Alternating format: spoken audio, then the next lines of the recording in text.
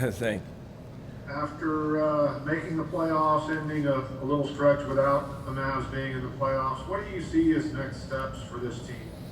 I think the next steps is just to continue what we've been doing, the previous season and more. I know this season coming up, we're definitely focusing more on the other side of the ball on defense, and that's Coach RC's mindset heading into the season. So he did say, defense travels, and if we can definitely start focusing more on that end of the floor, knowing that we can score with anybody and with the best of them, we put ourselves in a great position to go further into the playoffs.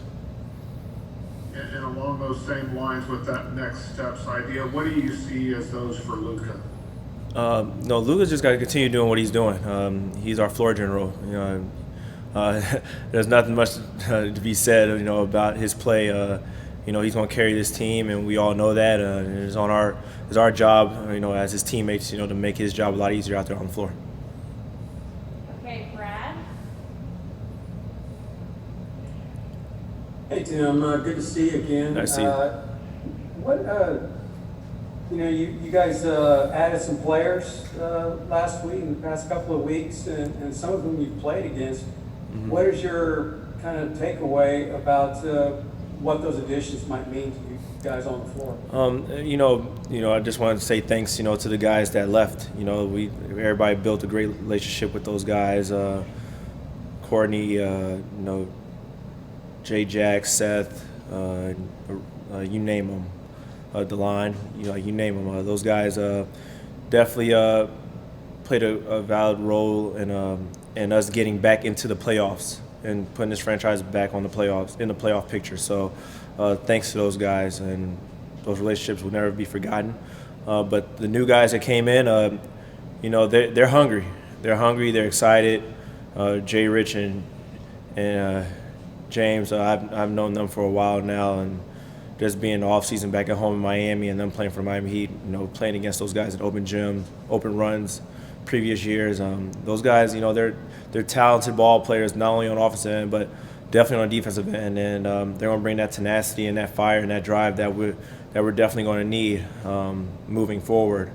And same goes for Wes and the young fellas, and just make sure those guys just stay locked in and play a valid role for our ball club.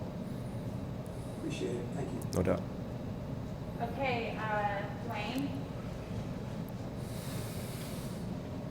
Yes, hey Tim, I was doing something on sneakers that players wear.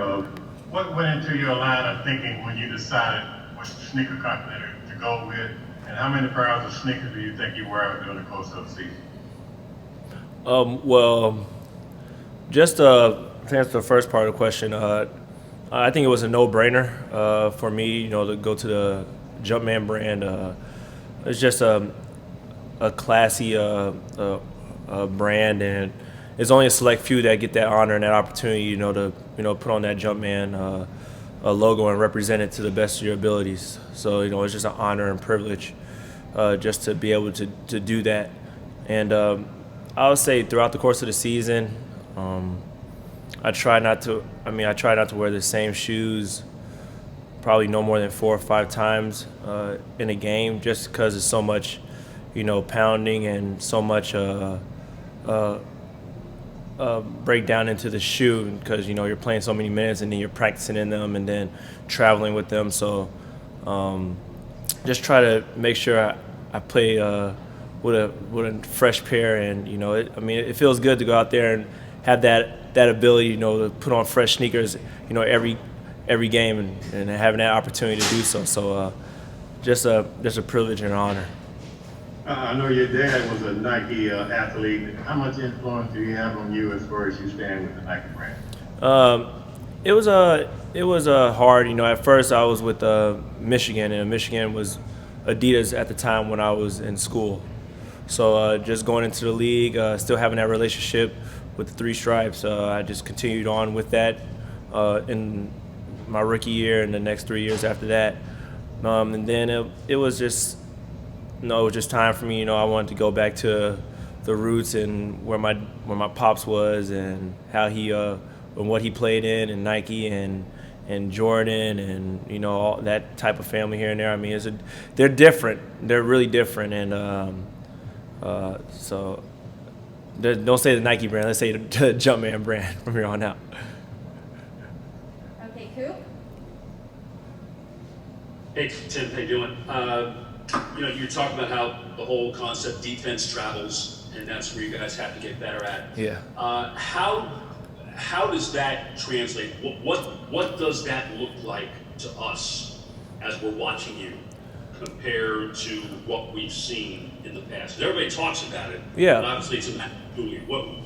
How do we see what you guys are trying to accomplish in that area? I mean, it's just making it as hard as possible for the offensive, the other team to score, and just doing it on a consistent basis. And that starts in training camp, laying that groundwork down, and having the new group of guys out there definitely knowing what we have to do, and everybody being on the same page out there. Make sure everybody's on the string.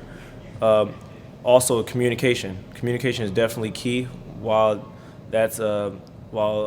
you're on that end of the floor, and as long as you keep those things all on the same page,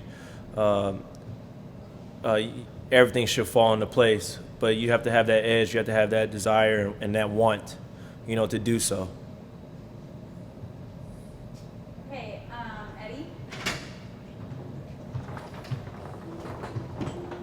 Yeah, Tim, good to see you again. I'm wondering, down in the bubble, you guys got a taste of it playing without any fans around, but now you're going to be in ginormous arenas, and at least for the moment, it looks like there probably won't be any fans. So how weird is that, and does it take some getting used to? I think it'll be. We'll be playing in arenas now, so it'll be definitely very different.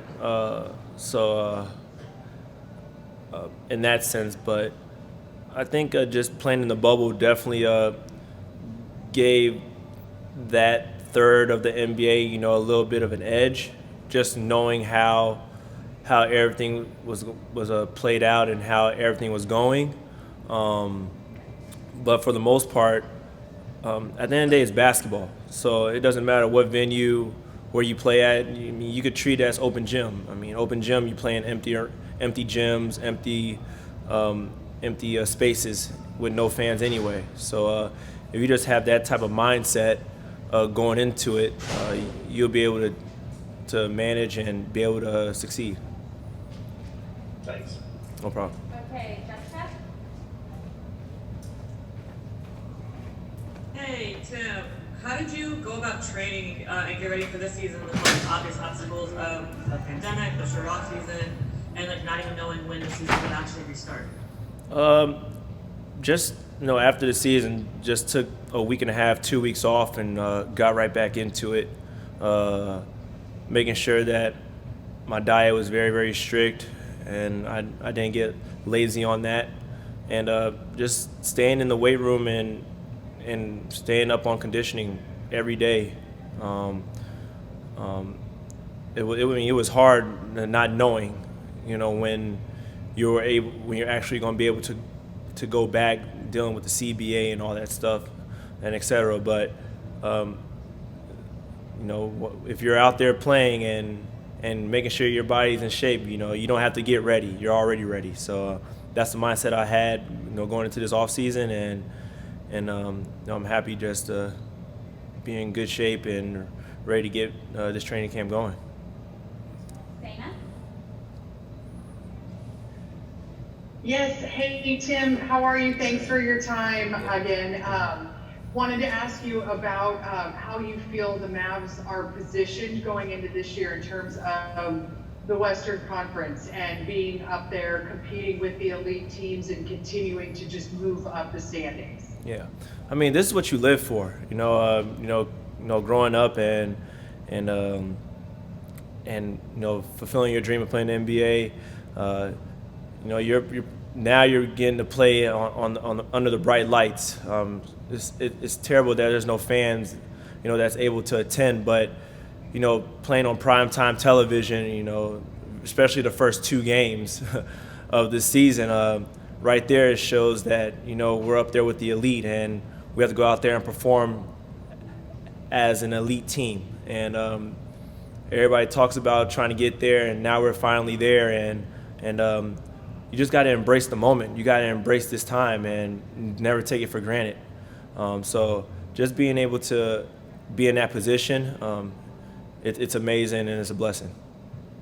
Okay, we have 3 more. Tim McMahon. Hey, Tim. Hey. There's some scorers who seem really well suited for that 6-man role. You were the opposite, and that once you got back in the starting role, you were much more efficient, much more effective. What is it about starting that you seem to be so much more comfortable in that role?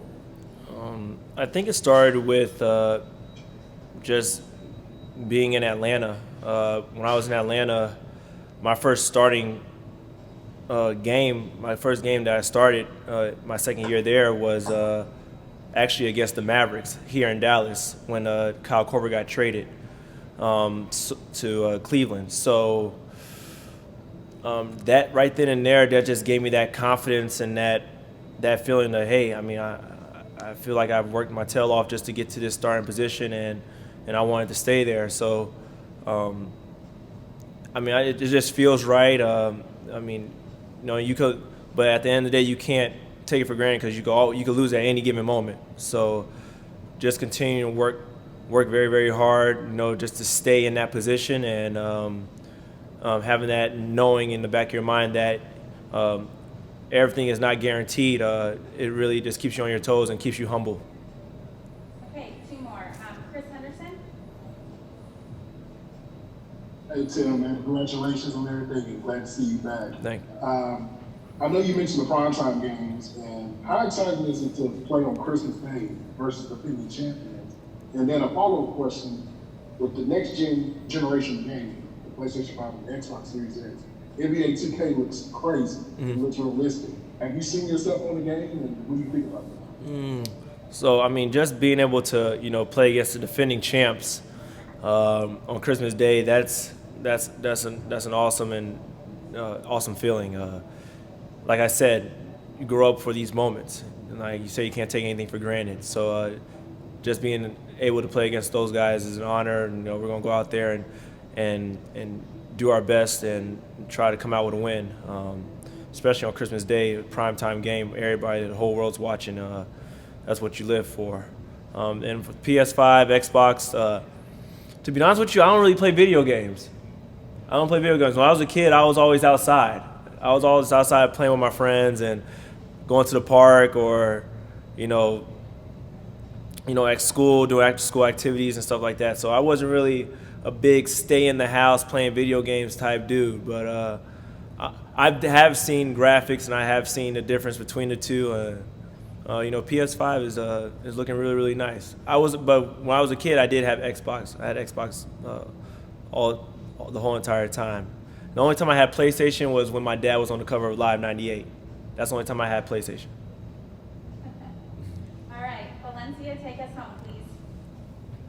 All right, hey Tim, appreciate you taking the time. I've heard you mention this twice in this presser already, saying this is what you dream of, and saying, playing on Christmas Day is something you've always wanted to do, and it's just a highlight moment. So if you could attribute 3 things that have got you to this point in your career today, what would those 3 things be? Sacrifice. Sacrifice is definitely one of them.